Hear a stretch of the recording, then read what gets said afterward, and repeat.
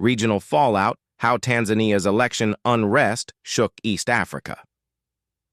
East Africa, a region once defined by stability, trade, and cooperation, now finds itself on edge. In Tanzania, what began as a national election has spiraled into a regional crisis. President Samia Suluhu Hassan was sworn in this week for a second term, after officials declared she won a staggering 98% of the vote. But behind the official ceremony lies a darker reality: protests, internet blackouts, and reports of hundreds dead. The main opposition, Chadema, says security forces used deadly force to suppress dissent after several opposition leaders were barred from running.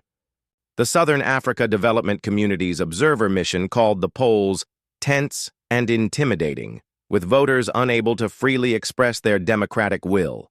Across Tanzania, social media went dark. The government blocked internet access during the election, cutting off millions, silencing reporters, and even freezing money transfers from abroad. And then the economic shock began. A massive shout-out to our subscribers for being the backbone of this channel. For anyone new here watching, your support means the world too. If you like what we're about, subscribing is the best way to stay connected and help us keep creating content you love. Dar es Salaam, Tanzania's main port and one of Africa's busiest, was ordered shut. Workers told to stay home. Cargo ships diverted north to Kenya's port of Mombasa. At key crossings, Isebania and Namanga, trucks sat for days. Goods trapped, contracts broken, investors alarmed. Kenya's Trade Minister Lee Kinyanjui said that the unrest is having a direct impact on the smooth flow of trade and investment in the region. He added, in a regional bloc where raw materials from one country fuel industries in another, peace is not optional. It's essential. The East African community, Kenya, Tanzania, Uganda, Rwanda, Burundi, South Sudan, and DRC, depends on seamless movement.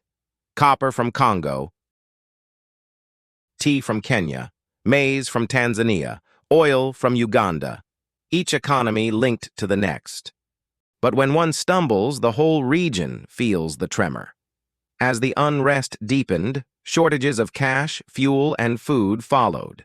The UK and US issued travel warnings.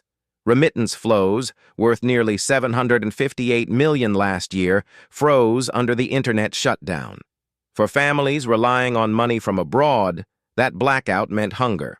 Political analyst Herman Manyora warns the damage may last for years. He says investors are now adopting a wait-and-see approach, skeptical of Tanzania's future stability. Long-term decisions by business people will be affected, he explains. Some believe this will take a long time to resolve.